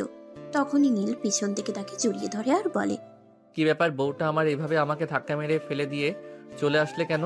তোমার বুকের উপর শুয়ে থেকে তো আমার ভালোই লাগছিল। তোমার ওই দুটো যা নরম, আমার তো মনে হচ্ছিল আমি কোনো তুলোর বালিশের উপর শুয়ে আছি। আমার না তোমার ওই ঠোঁট দুটো চুষে খেতে খুব ইচ্ছা করছে। প্লিজ চলো না, একবার রুমে একবার একটু টেস্ট করতে দাও। তুই আমার চোখের সামনে থেকে যা বলছি, তোর এসব নোংরা কথাবার্তা আমি আর সহ্য করতে পারছি না। তুই এক্ষুনি আমার চোখের সামনে থেকে চলে যা। আরে বাবা, এভাবে রেগে যাচ্ছ কেন? তুমি আমার বউ হতে চলেছো, আর তোমার সঙ্গে আমি একটু রোমান্টিক কথাবার্তা বলতেই পারি। এখানে নোংরা আসলো কোথা থেকে? বউয়ের সঙ্গে সব কথাই শেয়ার করা যায়। শোন, আমি তোকে কোনোদিনও বিয়ে করব না, মাইন্ড ইট। তুমি আমাকে বিয়ে না করে থাকতেই পারবে না, কারণ তোমাকে বাধ্য হয়ে আমায় বিয়েটা করতে হবে। তোমার বাবাকে আমার বাবা পুরো 10 কোটি টাকা দিচ্ছে তোমাকে কিনে নেওয়ার জন্য। মিথ্যে কথা বলার জায়গা পেলি না? আমার বাবা তোর সঙ্গে আমার বিয়ে দেওয়ার জন্য তোর বাবার কাছ থেকে 10 কোটি টাকা নেবে? এটা আমাকে বিশ্বাস করতে হবে? কোনোদিনও না। এসব ফালতু পেঁচাল বাদ দিয়ে এখান থেকে চলে যা বলছি, আমার মেজাজ খারাপ হচ্ছে। আমি জানি তুমি আমার কথা বিশ্বাস করবে না। তুমি তোমার বাবার কাছে গিয়ে জিজ্ঞাসা করো, তোমার বাবা তোমাকে সবকিছু বলে দেবে। তখন আর তোমাকে কোনো দ্বিধা থাকবে না। ঠিক আছে, কোনো সমস্যা নেই, আমি এক্ষুনি আমার বাবার সঙ্গে কথা বলছি। আর যদি আমার বাবা এটা অস্বীকার করে তাহলে এর পরিণাম কি হবে তুই বুঝতে পারছিস না। আমি তোকে মিথ্যা মামলায় ফাঁসিয়ে জেলের ঘানি টানাবো, কথাটা মাথায় রাখিস। ঠিক আছে মাই ডিয়ার, কোনো সমস্যা নেই। তোমার আব্বু যদি বলে আমি মিথ্যা কথা বলেছি, তাহলে তুমি আমাকে যে শাস্তি দেবে আমি সেটাই মাথা পেতে নেব। কিন্তু যদি তোমার আব্বু স্বীকার করে তাহলে তুমি কি করবে? তখন তো তোমাকে বাধ্য হয়ে আমাকে বিয়েটা করতে হবে, তাই নয় কি? ঠিক আছে, সেটা সময় হলেই দেখা যাবে কি করব আর না করব। কিন্তু এখন তুই আমার সঙ্গে আব্বুর কাছে চল। আমি তোকে সামনে রেখেই আব্বুকে জিজ্ঞাসা করতে চাই। আমি 100% নিশ্চিত আব্বু না বলবে, আর তারপর তোর মুখের অবস্থাটা যা হবে সেটাই আমি দেখতে চাই। এই কথা বলতে বলতে নেহা আর নীল দুজনেই ছাদ থেকে নেমে নেহার আব্বুর রুমে চলে আসলো। আর তারপর নেহা তার আব্বুকে বলল, আব্বু, এই ছেলেটা এসব কি বলছে? তুমি নাকি এই ছেলেটার সঙ্গে আমাকে বিয়ে দেওয়ার জন্য এই ছেলের আব্বুর কাছ থেকে পুরো 10 কোটি টাকা নিয়েছো? হ্যাঁ, একদম ঠিক কথাই বলেছেন। সামনে ইলেকশন আছে, আর ইলেকশনে আমার টাকাগুলো কাজে লাগবে। আর এতগুলো টাকা কখনোই কেউ আমাকে এমনি এমনি দেবে না। তাই আমি তোমার শ্বশুরমশাই এর কাছ থেকে টাকাগুলো পণ হিসেবে নিয়েছি, আর তাদের কথা দিয়েছি আমি তোমাকে নীলের সঙ্গে বিয়ে দেব। তোমার কি মাথায় সমস্যা হয়েছে নাকি? আমি সেটাই বুঝতে পারছি না। তুমি সামান্য কটা টাকার জন্য নিজের মেয়েকে একটা ছেলের হাতে তুলে দিতে চাইছো। তোমার কি একবারও লজ্জা করলো না? আমি তো তোমাকে বাবা হিসেবে পরিচয় দিতেই ঘেন্না বোধ করছি। এসব কথা বলে কোনো লাভ হবে না মামনি, কারণ আমি তোমার শ্বশুর মশাইকে কথা দিয়েছি আর ওনার কাছ থেকে টাকা নিয়েছি ওনার ছেলের সঙ্গে তোমাকে বিয়ে দেব বলে। তাই এখন তুমি যাই কিছু করো না কেন, আমার কিছুই করার নেই। আমার মান সম্মান রক্ষার্থে তোমাকে নীলকেই বিয়ে করতে হবে, এছাড়া আর কোনো পথ খোলা নেই। আমার মা জীবনের সবচাইতে বড় ভুলটা করেছিল তোমার মতো একটা মানুষকে নিজের জীবনে বিয়ে করে, আর সেই ভুলের মাসুল এখন আমাকে গুনতে হচ্ছে। আমার মা যদি আজ বেঁচে থাকতো তাহলে দেখতে আমি তোমাদের দুজনকে ঠিক কি করি। কিন্তু দুর্ভাগ্যবশত তোমার মনে এখন তোমার কিছু করার নেই। তোমাকে বাধ্য হয়ে নীলকে বিয়েটা করতে হবে, তা না হলে তোমার বাবার মান ইজ্জত বলতে কিছু থাকবে না। নেহা তখন কোনো কথা না বলেই সেখান থেকে চলে যেতে চাইছিল। নীল তখনই পেছন থেকে তার হাতটা ধরে ফেললো আর বলল, তা মাই ডিয়ার বউটা, এবার তো তুমি আমার আব্বুর কাছ থেকে শুনে নিয়েছো। তোমার আব্বুর কাছ থেকে শুনে নিয়েছো সব সত্যটা। তাহলে এখন তুমি কি করবে সেটাই আমাকে বলো। প্রয়োজন হলে গলায় দড়ি দিব, আত্মহত্যা করব, কিন্তু তোর মতো ছেলেকে আমি কোনোদিনও বিয়ে করব না, এটা তোর মাথায় ঢুকিয়ে নে। খুবই দুঃখের সঙ্গে জানাতে হচ্ছে যে তোমাকে এসব কোনো কিছুই করতে দেওয়া হবে না। তোমাকে আমার বিয়েটাই করতে হবে, এটাই তোমার জন্য ওয়ান অ্যান্ড অনলি অপশন। তোমার সামনে আর কোনো পথ খোলা নেই। যাই হোক, এত চিন্তা করে কোনো লাভ নেই। আমাকে বিয়ে করার জন্য নিজেকে মানসিকভাবে প্রস্তুত করো, কারণ বিয়ের পর তো তোমাকে নিয়ে চিন্তা করার মতো কোনো সময় পাবে না। সারাক্ষণ শুধু আমাকে নিয়ে চিন্তা করতে হবে। আমি যেসব কিছুই করব না, এত চিন্তা করে কোনো লাভ নেই। আমাকে তুই কোনোদিনও পাবি না, বললাম তো। প্রয়োজন হলে গলায় দড়ি দিব, আত্মহত্যা করব, কিন্তু তোর মতো ছেলেকে আমি কোনোদিনও বিয়ে করব না। আরে মামুনি, এভাবে কেন বলছো? নিজের জামাইয়ের সঙ্গে এভাবে কথা বলতে হয় না, সেটা তুমি জানো না? তোমাকে তো বলেছি তোমাকে বাধ্য হয়ে নীলকে বিয়েটা করতে হবে, কারণ আমি নীলের বাবার কাছ থেকে পুরো 10 কোটি টাকা নিয়েছি। তাই তোমার নীলকে বিয়ে না করে কোনো উপায় নেই। নেহা তখন কোনো কথা না বলেই সেখান থেকে চলে গেল আর নিজের রুমে গিয়ে ইচ্ছে মতো কান্না করতে থাকলো, কারণ সে এরকমটা কোনোদিনও কল্পনা করেনি তার বাবা তাকে টাকার জন্য একটা ছেলের কাছে বিক্রি করে দেবে, আর সেটাও কিনা নির্বাচন করবার টাকার জন্য। সে নিজের আম্মুকে অনেক বকাবকি করছে, কেন তার আম্মু তাকে জন্ম দিয়ে পরপারে চলে গেল, কেন তাকে সঙ্গে নিয়ে গেল না। এইসব চিন্তা করতে করতেই সে যে রুমে শুয়ে কখন ঘুমিয়ে গেছে সেটা তার খেয়ালই ছিল না। যখন তার ঘুম ভাঙলো তখন সে নীলকে নিজের বুকের উপর আবিষ্কার করলো। এটা দেখে তার শরীর একদম রাগে চলে যাচ্ছিল। সে চিৎকার করে বলে উঠল, তোকে এত বড় সাহস কে দিয়েছে আমার রুমে, আমার বিছানায় আর আমার বুকের উপর শুয়ে থাকতে? তুই তো দেখছি বড্ডবার বেড়ে গেছিস। কিভাবে তুমি আমায় খুশি রাখবে, কিভাবে তুমি আমায় ভালো রাখবে, এগুলো সারাক্ষণ চিন্তা করতে হবে। কি করব বলো শ্বশুর মশাই, একটু জরুরি কাজে তোমাকে কিছু না বলে বাসা থেকে বের হয়ে গেছে, আর আমি তোমাকে একা একা বাসার ভিতরে রেখে চলে যাই কি করে? তাই তো আমি তোমার বাড়িতেই থেকে গেলাম। তাছাড়া আমি তোমার বাড়িতে অন্য একটা রুমে একা একা কেন থাকবো? যদি রাতের বেলা আমার ভয় লাগে, তাই তো আমি তোমার রুমে এসে শুয়ে থাকলাম। তোকে কে বলেছে আমি ভয় পাবো? এইসব ভণ্ডামি মার্কা কথাবার্তা আমার সামনে আর কখনোই বলবি না। এখনই তুই আমার রুম থেকে বের হয়ে চলে যা। আমি তোকে এই বাড়িতে দেখতে চাই না। এত রাতে আমি কোথায় যাব? এখন রাত প্রায় 3টার বেশি বাজে। এখন কি আমি রাস্তায় কোনো গাড়ি পাবো যেটা দিয়ে আমার বাড়িতে যেতে পারবো? তাছাড়া তোমার সঙ্গে ঘুমাতে আমার বেশ কমফোর্টেবল লাগছে। তাহলে আমি কেন এত শান্তির জায়গা ছেড়ে চলে যাব? আমি এত শান্তিনিকে জায়গা ছেড়ে কোথাও যেতে চাই না। আমি সারা জীবন তোমার বুকের মধ্যেই থেকে যেতে চাই। আর আমি তোকে জাহান্নামে পাঠাতে চাই। এই কথা বলেই নেহা নিজের শরীরের সমস্ত শক্তি দিয়ে নীলকে ধাক্কা দিয়ে একদম ফ্লোরে ফেলে দিল। নীল কোমরে প্রচন্ড ব্যথা পেল, সে ব্যথায় কোকড়াতে থাকলো। ও মা গো, বাবা গো, মরে গেলাম গো! এত জোরে কেউ নিজের জামাইকে মারে? সেটা আমার জানা ছিল না। এই প্রথমবার তোমাকে দেখে বুঝলাম। যাই হোক, যাই কিছু করো না কেন, তুমি কিন্তু তোমার পাশ থেকে আমাকে কোনোভাবেই সরাতে পারবে না। তাই এইসব প্রচেষ্টা করে কোনো লাভ হবে না। আল্লাহ, তুমি আমায় রক্ষা করো। কোন পাপ করেছিলাম জানি না, যার কারণে এরকম ফল ভোগ করতে হচ্ছে। এই শোন, তোকে যদি এখানে থাকতে হয় তাহলে হয় তুই অন্য রুমে গিয়ে ঘুমাবি, নয়তো সোফায় ঘুমাবি। আমার বিছানায় তোর কোনো জায়গা হবে না। ঠিক আছে, কোনো সমস্যা নেই। আমি সারা রাত সোফায় শুয়ে শুয়ে কাটিয়ে দেব, কোনো সমস্যা নেই। তুমি ঘুমাও, আমি তোমায় পাহারা দিচ্ছি। ভয় পেও না, আমি এখান থেকে যাব না। নেহা তখন মুখটাকে একটা ভেঙচি মেরে ঘুমিয়ে পড়লো অপর দিকে ফিরে। কোনো কথা না বলে বাসা থেকে বের হয়ে সোজা বাইরে চলে আসলো। সকালবেলা যখন তার ঘুম ভাঙলো তখন সে দেখতে পেল নীল সোফায় শুয়ে ঘুমাচ্ছে। সে কোনো কথা না বলে বাসা থেকে বের হয়ে সোজা বাইরে চলে আসলো। রেস্টুরেন্টে এসে নাস্তা করলো আর তারপর গাড়ি নিয়ে বের হয়ে পড়লো ঘুরবার জন্য। সে একটা পার্কের বেঞ্চে এসে বসলো। তখনই নীল সেখানে এসে উপস্থিত হলো আর তাকে বলল, কি ব্যাপার, তুমি সকালবেলা ঘুম থেকে উঠে কাউকে কিছু না জানিয়ে এখানে চলে এসেছো কেন? তুমি জানো আমি তোমাকে কত জায়গায় খুঁজেছি, কোথাও তোমাকে খুঁজে পাচ্ছিলাম না, আর কতটা টেনশন হচ্ছিল আমার। আল্লাহ, তুমি আমাকে এই ছেলের হাত থেকে রক্ষা করো। আমি তো আর একে সহ্য করতে পারছি না। আমি তোকে কোনো কিছু না জানিয়ে এখানে চলে আসলাম একটু নিরিবিলি থাকার জন্য, আর তুই এখানে চলে এসেছিস আমাকে বিরক্ত করার জন্য। তোকে কি এটা ছাড়া আর কোনো কাজ নেই? না মাই ডিয়ার বউটা, আপাতত আমার বউকে সময় দেওয়া ছাড়া আমার আর কোনো কাজ নেই। না মাই ডিয়ার বউটা, আপাতত আমার বউকে সময় দেওয়া ছাড়া আমার আর কোনো কাজ নেই। এই মুহূর্তে আমার বউটাকে 24 ঘন্টা সময় দেওয়াটাই আমার কাজ। যাই হোক, আমি তোমাকে যেটা বলতে এলাম, আব্বু আমাকে একটু আগে ফোন করেছিল, বলল তোমাকে নিয়ে একবার শপিং মলে যেতে, তোমার বিয়ের বেনারসি আর জুয়েলারিগুলো একবার দেখে নিতে। যেখানে তোকে বিয়ে করার কোনো ইচ্ছেই আমার নেই, সেখানে আমি যাব জুয়েলারি আর বেনারসি পছন্দ করতে? শোন, আমি তোকে বিয়েই করছি না, আর এইসব করার তো কোনো প্রশ্নই ওঠে না। তোর যা ইচ্ছা তাই করতে পারিস। সেটা বললে তো হবে না। এখন এই মুহূর্তে আমি তোমাকে জোর করে হলেও শপিং মলে নিয়ে যাব, আর তোমার বিয়ের বেনারসি আর অর্নামেন্টসগুলো তোমাকেই চুজ করতে হবে। এই বলে নীল সেখানে আর এক মুহূর্ত দেরি না করে নেহাকে সোজা পাজা কোলে তুলে নিল আর গাড়ির ভিতরে বসিয়ে দিল। বক বক করেই চলেছে। আমি যাব না তোর সঙ্গে। আমাকে তুই গাড়ি থেকে নামিয়ে দে, তা না হলে কিন্তু আমি চলন্ত গাড়ি থেকে লাফ দিয়ে নেমে যাব। তখন কিন্তু তোকে ঝামেলায় পড়তে হবে। তুই আমাকে নামিয়ে দে। চুপচাপ গাড়িতে বসে থাকো বলছি। এখন কিন্তু একদম বেশি বাড়াবাড়ি হয়ে যাচ্ছে। এর পরিণাম কিন্তু খুবই খারাপ হবে, যেটা তুমি কল্পনাও করতে পারবে না। তাই কথা না বলে চুপচাপ গাড়িতে বসে থাকো। আর আমি তোমাকে যেটা করতে বলছি তোমাকে সেটাই করতে হবে। তুমি শপিং মলে যাবে, সেখানে তোমার বিয়ের বেনারসি আর অর্নামেন্টস চুজ করবে।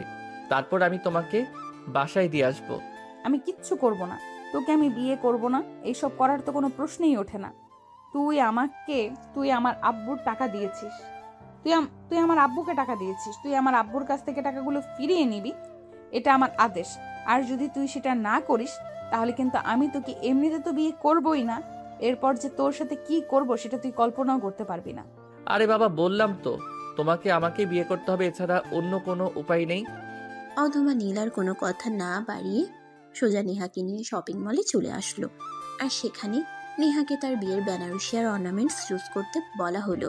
নেহা প্রথমে অনেক খাটতারামি করছিল, কিন্তু নীলের জেদের কাছে সে টিকতে পারল না।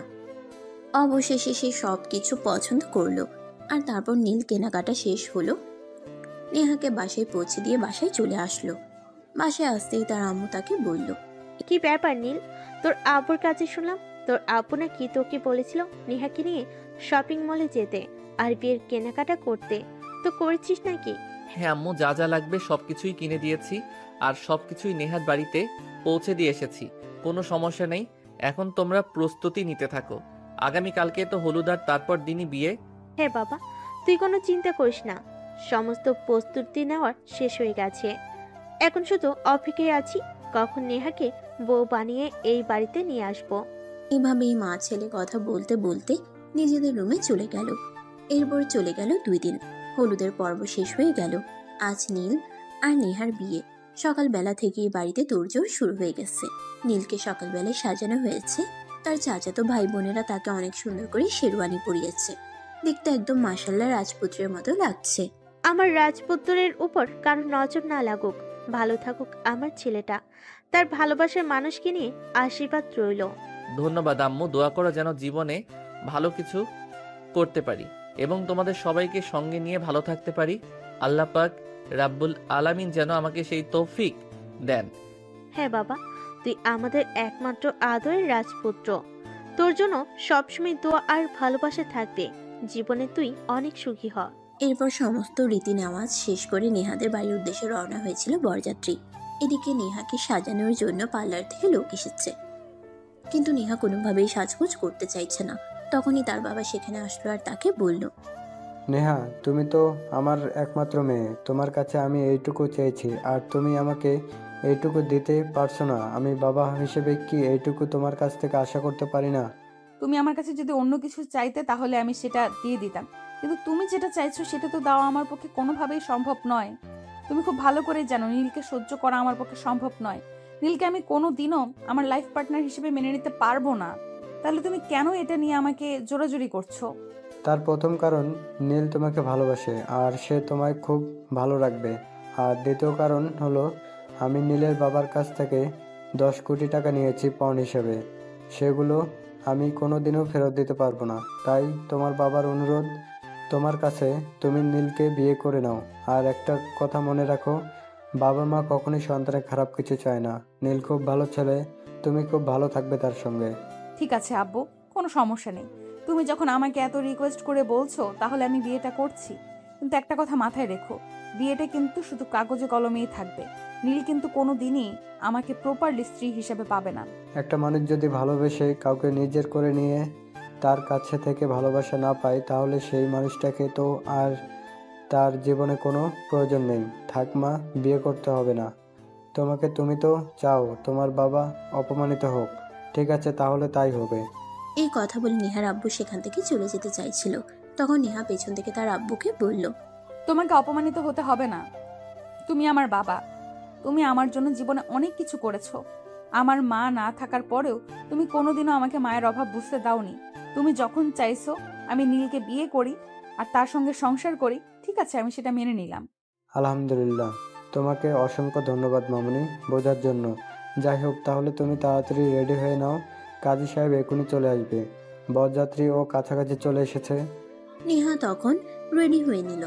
অপরদিকে বরযাত্রী যতক্ষণে চলে এসেছে আর তাদের খাওয়া দাওয়া চলছে, কিন্তু কাজী সাহেব এখনো আসেনি, তাই কাজী সাহেবের জন্য অপেক্ষা করা হচ্ছে। খাওয়া দাওয়া শেষ হওয়ার প্রায় আধা ঘন্টার মধ্যেই কাজী সাহেব সেখানে চলে আসলো আর বিয়ের কাজ সুসম্পন্ন করলো। অতঃপর নেহাকে নীলদের বাড়িতে নিয়ে আসা হলো। এদিকে রাতের খাওয়া দাওয়া শেষ করে সবাই নিজেদের রুমে চলে যাচ্ছে। অপরদিকে নেহা রুমে বসে বসে নীলের জন্য অপেক্ষা করছে। আজ বাসরাত বলে কথা, সবার জীবনে এই রাত শুধু একবারই আসে। প্রত্যেকটা মেয়ের এই রাত নিয়ে অনেক স্বপ্ন থাকে, নেহারও আছে। তাই তো সে ইচ্ছার বিরুদ্ধে বিয়ে করলেও নীলের জন্য বসে বসে অপেক্ষা করছে। রাত প্রায় 1টার কাছাকাছি বাজে। নীল তখন রুমে প্রবেশ করলো আর দরজাটা লাগিয়ে দিয়ে শেরওয়ানি খুলে সোফায় এসে শুয়ে পড়ার চেষ্টা করছিল।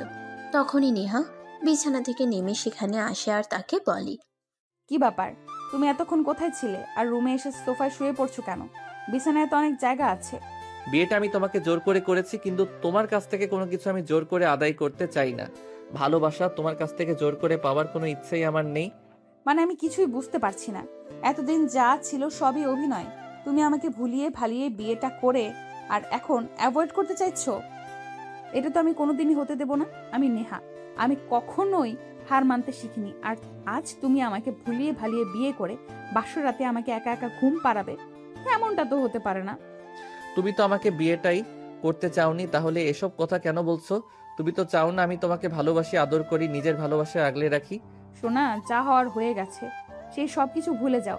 এখন তুমি আর আমি হাজব্যান্ড ওয়াইফ। আমাদের মধ্যে ভালো একটা সম্পর্ক তৈরি করা খুবই প্রয়োজন। আমাদের মধ্যে ভালো একটা বন্ডিং রাখা খুবই প্রয়োজন, কারণ এখন আমরা হাজব্যান্ড ওয়াইফ। এখন যদি আমাদের মধ্যে সম্পর্ক খারাপ হয় তাহলে সবাই এটা নিয়ে কথা বলবে, আমাদের কথা শোনাবে। সেগুলো আমি সহ্য করতে পারবো না। তাহলে আর দেরি করছো কেন? চলো বিছানায়। দীর্ঘ 23 বছর ধরে একটা রাতের জন্য অপেক্ষা করছি, আর সেটা এখানে বসে বসে গল্প করে নষ্ট করব? তোমাকে কে বলেছে এখানে বসে বসে গল্প করে সময় নষ্ট করবার জন্য? আমি তো সেই কখন থেকে তোমার জন্য অপেক্ষা করছিলাম, তুমি তো এতক্ষণ লেট করলে। আমি তো ভেবেছিলাম তুমি আমাকে মেনে নেবে না, কারণ বিয়ের আগে যেরকম কথাবার্তা বলেছিলে তাতে তো আমি সম্পূর্ণ ভেবে নিয়েছিলাম যে তুমি আমাকে কোনোদিনও গ্রহণ করবে না। আমি যদি তোমাকে জোর করে বিয়েও করি তারপরে তুমি আমাকে মেনে নেবে না। তাই তো আমি আমার বন্ধুদের সঙ্গে আড্ডা মেরে এতক্ষণে রুমে আসলাম। আমি যদি জানতাম তুমি সবকিছু ভুলে গিয়ে নতুন করে শুরু করতে চাও, তাহলে কি আমি এতটা সময় কখনই বাইরে নষ্ট করতাম? হ্যাঁ, যেটা হওয়ার তো হয়ে গেছে, তাহলে এখন আর ঝামেলা করে কি লাভ? বিয়ে তো জীবনে একবারই হয়, তাহলে কেন এখন আর শুধু শুধু ঝামেলা করব? যাও, ফ্রেশ হয়ে আসো, আগে 2 রাকাত নফল নামাজ পড়বো। ঠিক আছে, তুমি 2 মিনিট ওয়েট করো, আমি এক্ষুনি ফ্রেশ হয়ে অজু করে আসছি। তুমিও তোমার কাপড় চোপড় চেঞ্জ করে নিতে পারো। আলমারিতে তোমার জন্য আমি বেশ কিছু কাপড় চোপড় এনে রেখেছি। নেহা তখন আলমারি থেকে নিজের জন্য একটা সুতির শাড়ি বের করে পরে নিল আর তারপর ওয়াশরুম থেকে উজু করে এসে দুজনে একসঙ্গে 2 রাকাত নফল নামাজ আদায় করে নিল। তারপর নীল চাহিদা মাছ থেকে নেয়া আগে তাজা করে তুলে নিল আর বিছানায় নিয়ে শুয়ে দিল। জানো, এই রাত নিয়ে আমার জীবনে কত স্বপ্ন ছিল। ভেবেছিলাম হয়তো পড়াশোনা শেষ করে চাকরি বাকরি করব, তারপর একটা ছেলেকে পছন্দ করে তাকে বিয়ে করব। হ্যাঁ, কিন্তু সেটা তো আর হলো না। শোনো, জন্ম, মৃত্যু, বিয়ে এগুলো আল্লাহ পাক লিখে রেখেছেন। কখন, কোথায় আর কিভাবে হবে সেটা আল্লাহ ছাড়া আর কেউ জানে না। এই 3টি বিষয় মানুষের কোনো হাত নেই। যাই হোক, বাদ দাও সেসব কথা। যা হওয়ার তা তো হয়ে গেছে। এতদিন তোমার সঙ্গে যা কিছু করেছি সবকিছুর জন্য সরি। আসলে তোমায় খুব ভালোবাসতাম। যেদিন তুমি ভার্সিটিতে প্রথম এসেছিলে সেদিনই তোমাকে দেখে আমার ভালো লেগে গেছিল। তাই তো তুমি আমাকে বারবার অপমান করার পরও আমি তোমার পিছু নিয়ে একবারের জন্য ছাড়িনি। এখন